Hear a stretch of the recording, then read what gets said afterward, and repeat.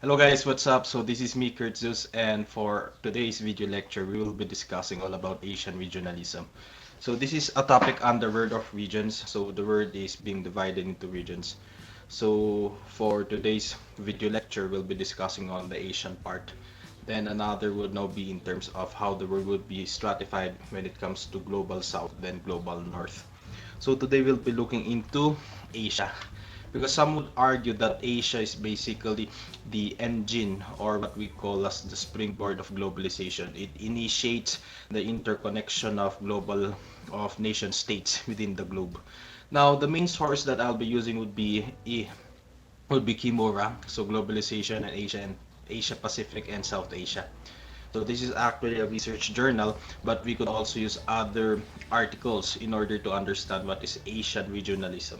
Okay, now here is what may I cite from Ehito Kimura. So he stated that the Asia Pacific has become a key driver of global politics, stretching from the Indian subcontinent to the western shores of the Americas. The region spans two oceans, the Pacific and Indian, that are increasingly linked by shipping and strategy. Now, looking into the position of the Asian continent, basically we are strategically, or rather it gives a strategic point when it comes to globalization. Why? Let us first look into Asia as a continent. Now, basically, when we look into Asia, Asia is basically the Earth's largest and most populous continent. So we have the following data. So when it comes to area, population density, and looking into the economy, so basically Asia contributes a lot when it comes to globalization per se. So basically, it gives us now a point that Asia is one player when it comes to globalization. Now, Kimura argued that there are three relationships of Asia and globalization. So medyo madali lang naman to eh. This is actually one of the most easiest or organized lessons in this subject. So three relationships of Asia. So Asia as an object impacted by globalization, or we call it as externalist view. Asia as a subject pushing globalization forward as a springboard. Then lastly, Asia as an alternative to globalization, anti-global impulse. Now let us first define as Asia as an object impacted by globalization, or we call it as externalist view. So simply ang gustong sabihin ng externalist view that Asia has been transformed or influenced by external forces outside Asia and Pacific. So if you could check the diagram. So here is Asia, na influence yung Asia because of the following outside regions or forces.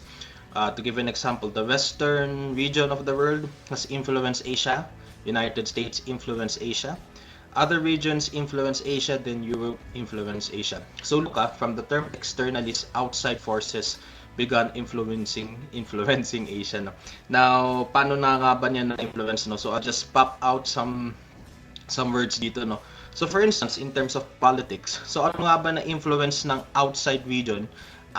Paano na-influence ng mga outside region ng Asia when it comes to politics. So when it comes to politics, for instance, sabi daw nila, Western nations influence or rather brought the concept of democracy when it comes to Asia. Ang argument nga daw dito democracy is a foreign concept when it comes to Asian regions. Kasi yung Asian regions natin is basically not fond, or rather they are more familiar with the authoritarian concept, no? Kaya when we look into our Asian states, China for instance, di ba? We have authoritarian yung concept nila eh. Or rather Japan, monarchy yung style nila, no?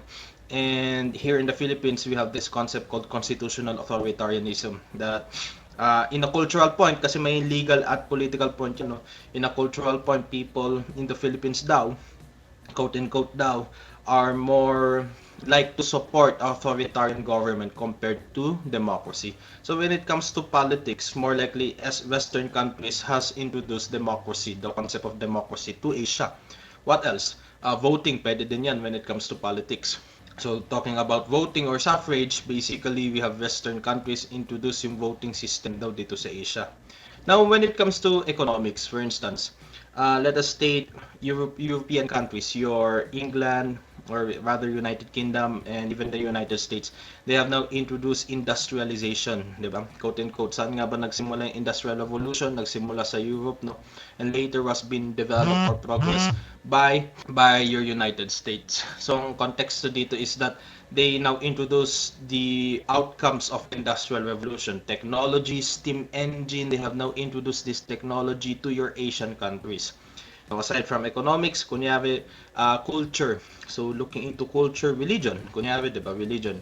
European countries, Spain for instance has introduced Christianity in the Philippines, di ba? So from Europe to Asia, particularly Philippines, yun as well in Korea, Japan, di ba? Wherein we have European missionaries. So tendency that is also an externalist view. So aside from religion, another concept when it comes to culture, kunyari sa culture would now be the way we eat, di ba? Using spoon and forks. Asia is known for Oriental, no? So Japanese, Koreans, and Chinese are known for eating chopsticks. The Europeans or even the United States brought the system of using fork and spoon. But aside from fork and spoon would now be kunyari fast food. For instance, would now be fast food. So technically, United States introduced the system of fast food, no? So McDonald's, KFC, ano pa bang fast food, no? Mang inasal. Hindi, joke lang. Ay, ang hirap mag-joke dito. But basically, ganun yung context. So I hope na-realize nyo, no? So culture, food, ano pa, religion, education system, perhaps, di ba? Or rather language, di ba? English. Yan, it came from outside views. So again, externalist view, ang mga outside regions in Asia and Pacific will now influence Asia. Now, the total opposite would now be the second one, wherein Asia is being a subject, or rather Asia as a subject pushing globalization forward as a springboard. Now, the term springboard basically means engine. Ang ibig sabihin nito, kung walang Asia, more likely hindi natin mararanasan yung globalization ngayon. Because basically, Asia will now initiate globalization. So when you look dito guys, no? So we have Asia, it will now initiate yung konteksto ng globalization when it comes to the Western regions, Europe, other regions, Africa, Latin America for instance, or Antarctica if you want to. Then we have United States, no? So ganun, no? So Asia nag-i-initiate dyan. Now, ito yung argument kunyari or example ni Ehito, Kimura, no? For instance, going back sa political example natin, no? Kung dun sa externalist view, Western regions daw introduce democracy in Asia. Asia daw introduce your civil service system. Now, your civil service system has been developed in your ancient China, no? Kung naalala nyo si Confucianism, di ba? China has provided this very systematic way on how to to organize your government. So yung civil service system has been introduced by China. What else? Modern day situation tayo, no? When it comes to economy, no? So economy.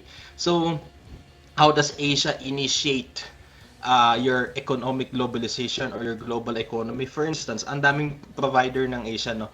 Kunyari, when it comes to product, China is known to be the top importer of goods, 'di ba? Kaya may argument nga tayo dito eh. This is an argument, common argument sa United States, no? When they talk about economics. Alisin mo lahat nung made in China na product sa iyong household. And this is American household. Anong matitira? Basically, wala. Kakunti lang yung matitira doon, no? So, ganun, no? So, China, kunyari, it's the top importer of goods, di ba? Goods, not services, but goods. Or, for instance, when it comes to labor exports, no? When we look into labor exports, I'm looking into my notes para legit, no? Legit na pa, genuine. Now, looking into labor exports, for instance, Philippines is considered to be uh, yung ranking ng Philippines when it comes to labor exports, medyo nag-range from third to fourth. Some sources kasi iba-iba yung various yung statements nila, no? But basically, third to fourth, we are the third or fourth largest exporters of labor services, no? So ito yung mga overseas Filipino workers natin, yung mga OFWs. And when you look into labor exports, nangunguna dyan would be China. China again would now be Asia. The second one would be India. The third would now be Philippines or arguable Mexico, no? Or basically, no? So when you try to check So around top 10 or top 5 nandun ang China, India, Philippines. So again, these are Asian regions, Asian countries rather. So they will now initiate yung global economy natin, no? So ganun yung konteksto natin, no? So politics, economy, then last example dito sa as a springboard. When it comes to culture, recently we have the K-pop fever, no? Although I'm not a fan of K-pop, at wala akong pake actually. Kahit sugudin ako ng mga BTS Army, wala akong pakialam. But, sorry, that is my own bias. But looking into K-pop region, no, or K-pop culture, the genre itself, di ba? It is now a global phenomena. So basically, even the United States, even Europeans are fun singing songs that they do not understand. uh, But basically, ganun, nakita natin, no, nagiging ano na siya, nagiging springboard na siya when it comes to culture. Or for instance, when it comes to your early 2000s, no, yung Japanese, your anime, for instance, di ba? Yan. So nagiging nangunguna na yung Asia. Actually, Asia would now initiate yung features ng ating globalization. So yan yung nakikita natin, no, when it comes to the second relationship. Now, the third relationship will now be Asia as an alternative to globalization. So, anti-global impulse. So, basically lang sinasabi nito, sige mag-globalization kayo. We have now our own feature. And that is basically Asian regionalism. So, when you look into the diagram, no, bahala na kayo, sasabihin ni Asia. Basta kami may sarili kaming trend, may sarili kaming mundo dito. No? Now, to give an example, for instance, when it comes to politics, so historical ano muna tayo. No? Nung panahon ng mga Japanese, panahon ng Hapon, World War II, Japanese initiated this program called your East Asia Co-Prosperity Sphere. So kung ano alala nyo yung sinakop tayo ng mga Hapon, no? Yun yung initiate nilang program dito sa Pilipinas, or rather that is their main propaganda to why or justification on occupying their neighboring countries, no. So yun yung naging konteksto dito, no. So ang argument dito na mahapon Asians for the Asians, no, give us a chance to rule our Asian neighbors, no. Which is actually critiquing yung konteksto ng European colonization, no, or your European colonialism. So bakit kayo lang may karapatan, kaming mga Asians din may karapatan kaming mamuno sa sa Asia din, no.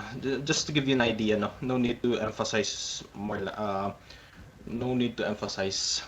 Then another thing, no, when it comes to politics, si Prime Minister Muhammad Mahathir of Malaysia, 'di ba? In his rhetoric, he argued that we focus rather on our regions. So, yun yung konteksto din, no. Then in terms of political uh, econ aspect, 'di ba, we have this organization called your APEC. Now, yung APEC niyan is basically Asian Pacific Economic Caucus, Corporation rather. Yung APEC. So basically we have the APEC. Ngayon itong APEC na to, hindi lang mga Asian Pacific countries yung kasali. Makikita din natin kasali din United States and other Latin or North or even North American countries. So may ginawa ngayon na East Asia Economic Caucus. So this is only exclusive for Asian countries. So nakikita na natin dito na yung impulse, no. So they become resistant to globalization at nagiging exclusive lang siya for Asian countries. As well, medyo political yung ano nito eh, yung Asia, yung itong anti-global impulse. You could also see some terrorist groups, no, such as your Jemaah Islamiyah. So they are now resisting your imperialistic symbols or your imperialistic powers such as your United States, no, and adding a little bit of religion and a little bit of Asian values, no. So Jemaah Islamiyah. Then when it comes to economy, may I just read it here. We have what happened in Santisok, Thailand, which they have their own monetary system called your BIC. So yan yung nakikita natin, no? So they're trying to get rid of any foreign values. So yun, no. So I hope medyo na-gets natin, no. So again, may tatlong konteksto tayo as impacted by globalization, externalist view, pushing globalization forward as a springboard, then as an alternative to globalization, anti-global impulse. So I hope madali lang yun, no? So thank you guys. See you.